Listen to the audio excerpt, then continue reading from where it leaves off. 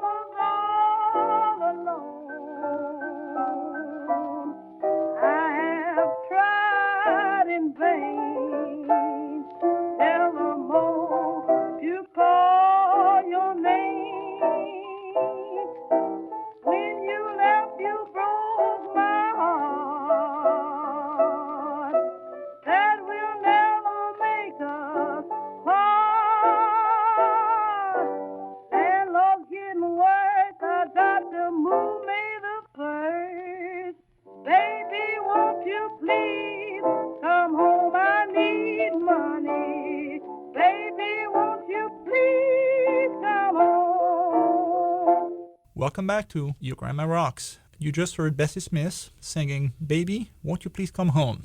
Bessie Smith influenced not just Billie Holiday, the person that we are talking about today, but also a later generation of blues singers such as Janis Joplin. But today we're focusing on the life of the blues legend known by her stage name, Billie Holiday, who was born Eleanora Fagan in Philadelphia to unmarried teenage parents during the age of Jim Crow, a time when racial segregation, and white supremacy ruled. This was a time when most African Americans had very few educational or occupational opportunities. When they did find work, the pay was too low to lift them out of poverty. In her autobiography, Lady Sings the Blues, Billie Holiday chronicled the hardships in her life that ended up finding expression in her music. Billie Holiday, like so many other African American children, grew up destitute, but her experience was worse than most. Both her father and her mother's family refused to help support her because she was illegitimate. So her mother left her in the care of friends and distant relatives while she traveled looking for work. At the age of 14, Billie, like her mother, began working as a prostitute in Harlem. As you can tell, Billie had every reason to sing the blues. She had dropped out of school at a young age and had virtually no technical musical training. She learned to sing by listening to Bessie Smith and Louis Armstrong on the radio.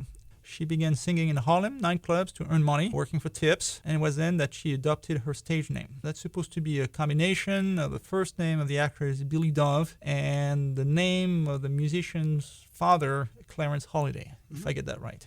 Although she never learned to read music, she developed a unique style that mimicked jazz instrumental music. She caught the attention of audiences and of a record producer, who in 1935 gave her the first of what would be many recording contracts. Though she became a major singing star, producing some of the greatest blues classics in the repertoire, she earned almost nothing from her recordings. Like most musicians at the time, she was paid a flat fee when she cut the song, and that was it. She never got any royalties. The copyright law at the time didn't protect artists. Many African-American jazz and blues musicians died poor, even though they were quite famous for their art and are today recognized as giants in their field.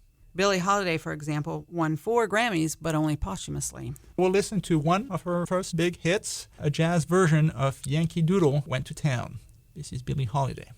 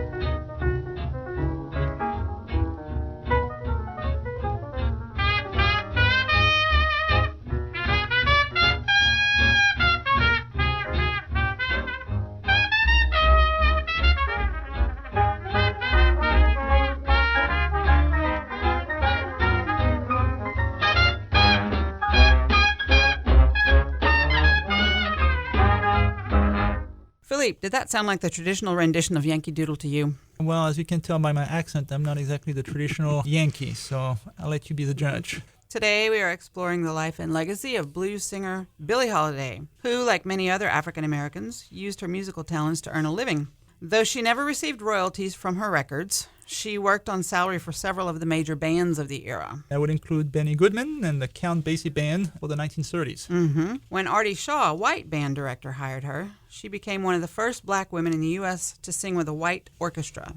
Touring the segregated South, she endured frequent humiliations. Even though Artie Shaw stood up for her, she found it too painful to be the sole black woman, and she soon quit. By the late 1930s, Billie Holiday had scored a string of radio and retail hits, and she became an established artist in the recording industry. Her songs like What a Little Moonlight Can Do or Easy Living were quickly becoming standards of jazz. Let's hear one of those now. This is What a Little Moonlight Can Do from 1935, Billie Holiday.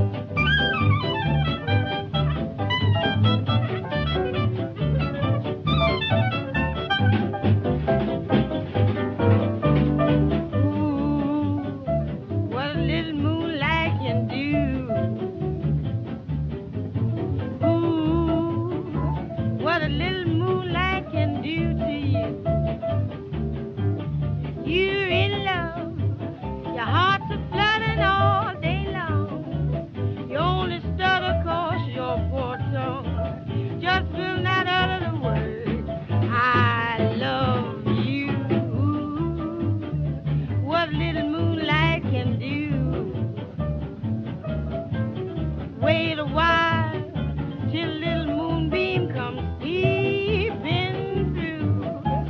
You'll get bored. You can't resist him, and all you say when you have kissed him is ooh. What a little moonlight can do.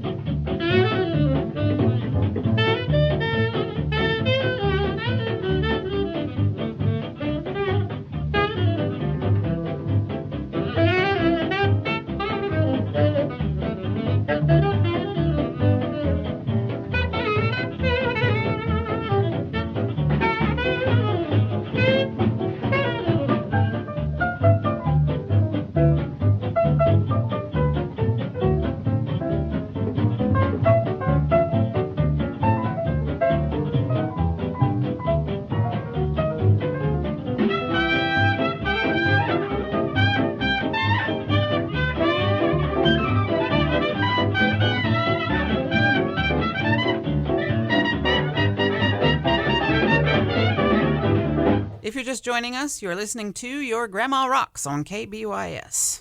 You just heard Billie Holiday, who is our featured artist today, and What a Little Moonlight Can Do, a song she recorded in 1935. I'm Janet Alluret, and I'm here with my History Department colleague, Philippe Girard. We are discussing the life and discography of Billie Holiday, a singer-songwriter who had a major influence on blues and jazz. Perhaps her most famous hit was Strange Fruit. Most people think that Holiday wrote Strange Fruit after witnessing a black man being lynched. But in fact, it was written by a Jewish school teacher from the Bronx. But this man did witness lynching. He was known professionally as Louis Allen, and he had first published that song as a poem in 1937. And on a side note, Allen is probably more famous for adopting the two orphan sons of Ethel and Julius Rosenberg, who were killed during the Red Scare for allegedly spying for the Soviet Union.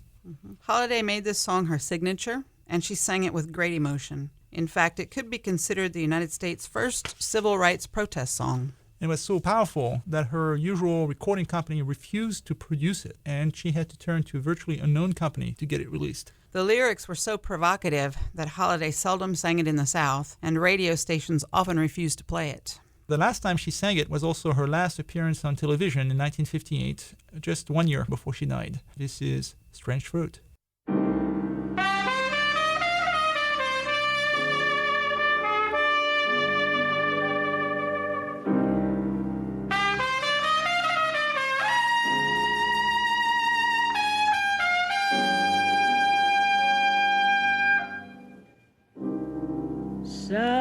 Southern trees bear strange fruit, blood on the leaves and blood at the root, black bodies swinging in the southern breeze. Strange fruit hanging from the poplar trees.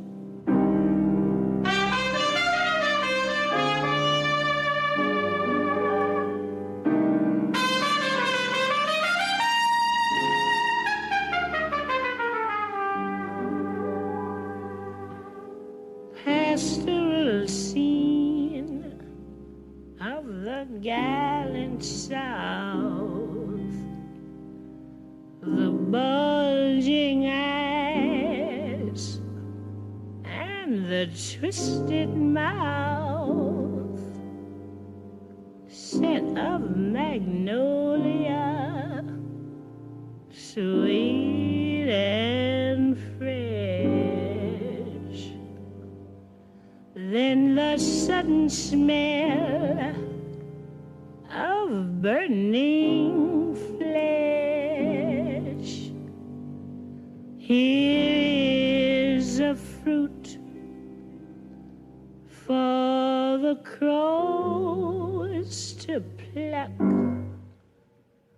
for the rain to gather, for the wind to suck, was sent to write for the tree to drop.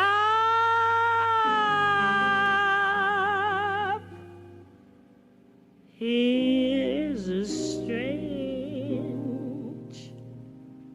and bitter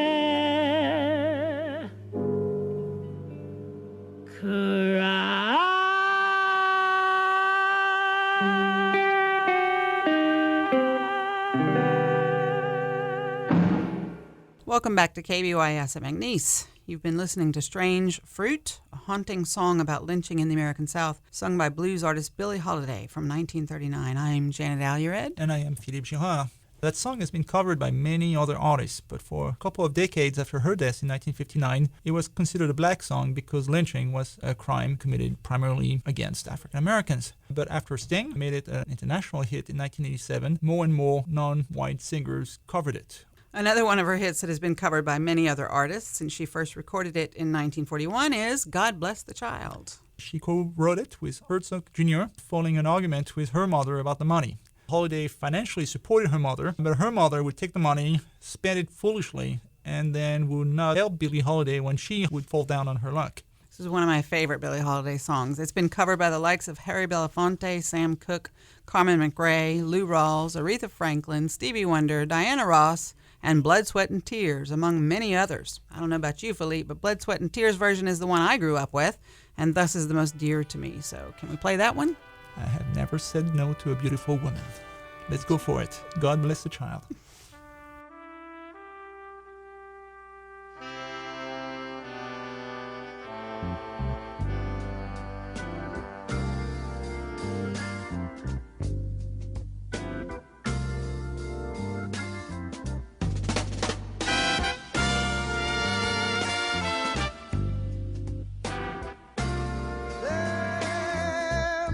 God shall get, them that's not shall lose. So the Bible says, and it still is news. Mama may have, Papa may have,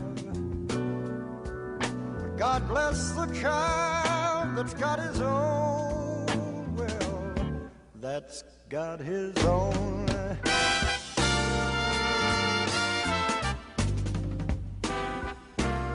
And the strong seem to get more,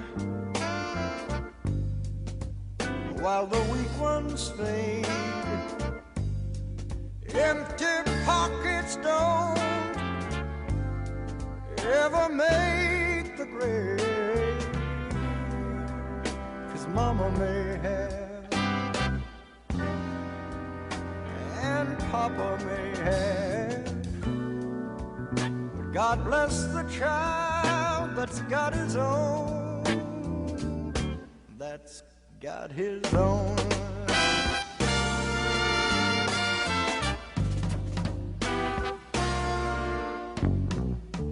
And when you got money, you got lots of friends, they're crowding round your door. When the money's gone and all your spending ends, they won't be round anymore. No, no, no. And rich relations may give you a crust of bread and such. You can help yourself, but don't take too much. Mama may have and Papa may have, but God bless the child that's got his own, that's got his own.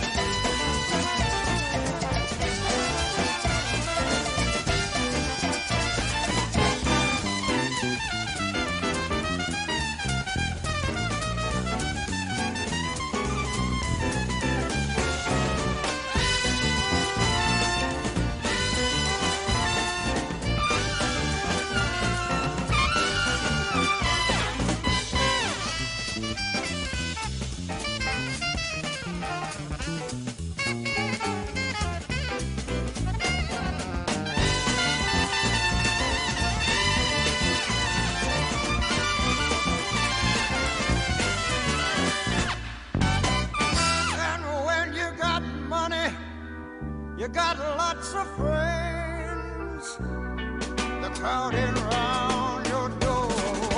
But wait a minute, children, when the money's gone and all your spending ends, they won't be round anymore. No, no.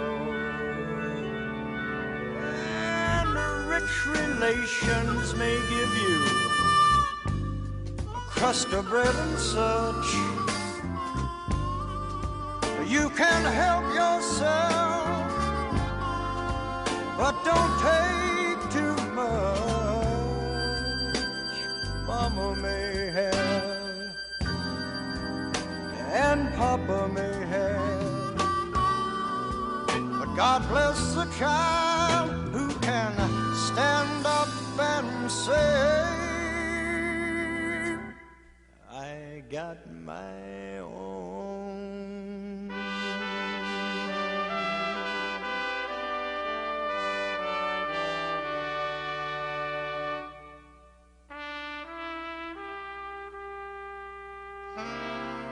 Every child's got to have his own bell. Welcome back. You've been listening to a song originally composed by Billie Holiday, God Bless the Child, which became part of the Grammy Hall of Fame in 1976 and was included in the list of Songs of the Century. Holiday said that the title came from a Bible verse, but there isn't any verse like that in the Bible, which leads to another interesting characteristic about her. Unlike most other mid-century African-American female singers who became superstars like Gladys Knight or Aretha Franklin, she was not influenced by church music. Because of her rocky upbringing, she didn't go to church. Instead, she hung around whorehouses and clubs. She imitated cabaret singers and the jazz instruments she heard in the clubs. That's the reason why her voice always retained something of a spoken style, along with that unusually husky quality. Most of her music was slow, designed not for dancing, but more for contemplation. She also didn't have perfect pitch and didn't care if she hit a discordant note, because she thought of her voice like improvisational jazz. Maybe I could be a singer then. At the same time, she didn't try to upstage her backup musicians. She didn't riff or scat, and for that she was well liked among the jazz musicians who backed her up. The only movie in which Billie appeared was the 1947 flick New Orleans, a movie that suffered from the pressures of McCarthyism in attempting to tell the story of the birth of jazz in New Orleans. It features Louis Armstrong as well as other black musicians. Holiday agreed to play a maid in the film because she thought she would be one of the musical stars. Well, that would have been the beginning of the McCarthy era, and there was a lot of pressure on the producers to not make it sound like black people invented jazz. So in practice, most of the musical numbers that they had filmed for the movie were left on the cutting room floor, and Billie Holiday was just livid when they only included her performance for one song, Do You Know What It Means to Miss New Orleans, which was also played by her friend Louis Armstrong. That's the song that we will listen to right now, the only song of Billie Holiday that was left in the movie, New Orleans.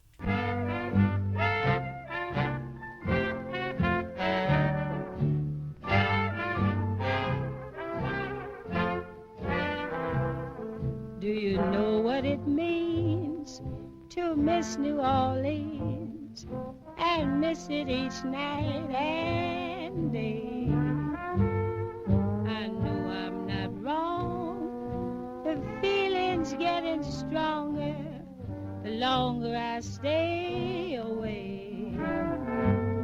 Miss the moss-covered vines, the tall sugar pines, where mockingbirds used to sing. And I'd like to see the lazy Mississippi hurrying to spring. The Mardi Gras, the memories of Creole tunes that fill the air. I dream of oleanders in June, and soon I'm wishing that I was there. Do you know what it means to miss New Orleans when that's where you left your heart? And there's something more, I miss the one I care for more than I miss New Orleans.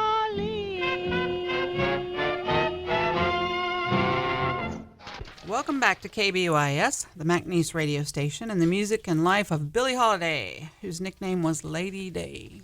The women we have profiled in this series tend to end their lives tragically. Unfortunately, Billie Holiday was no exception. Like so many African-American musicians who sang the blues, who had terrible childhoods and almost no material wealth for most of their lives, Billie Holiday developed addictions to drugs and alcoholism. By the 1940s, she was earning more than $1,000 a week, but she was spending the majority of that money on heroin. In addition, she also had several disastrous relationships with men who were attracted to her fame and money and were not concerned about her well-being. Perhaps unsurprisingly, Holiday sang many songs about destructive and abusive relationships, including "Tain't Nobody's Business If I Do" and "My Man." One of her husbands introduced her to opium. The marriage didn't last, but the opium habit did. Yeah. The next boyfriend introduced her to heroin and gave her money to support her habit. After her mother's death in 1945, she began drinking more heavily and escalated her drug use. And in 1947, the same year that the movie New Orleans came out, she was arrested and convicted for narcotics possession.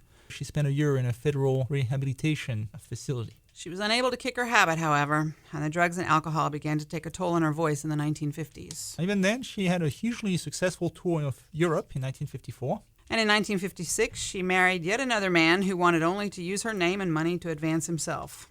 Her drug addiction deepened. She gave her final performance in New York City in May of 1959, after which her heart and her liver began to give out. She was so addicted to heroin that she was arrested for possession while in the hospital. Wow. She died in a New York hospital on July 17, 1959, from cirrhosis of the liver. A final album, Last Recording, was released following her death. And in 1973, Billie Holiday was inducted into the Grammy Hall of Fame. What a legacy. Merci, and thank you for joining us. This has been Your Grandma Rocks on KBYS. This program was funded by a Juliet Hartner Grant for Women in the Humanities. For more information on how to help finance fellowships at McNeese, contact the Foundation at 337-475-5588. And if you want to apply for a degree in history, contact the McNeese Admissions Office. The number is 337-475-5504. Goodbye. Thank you. Au revoir.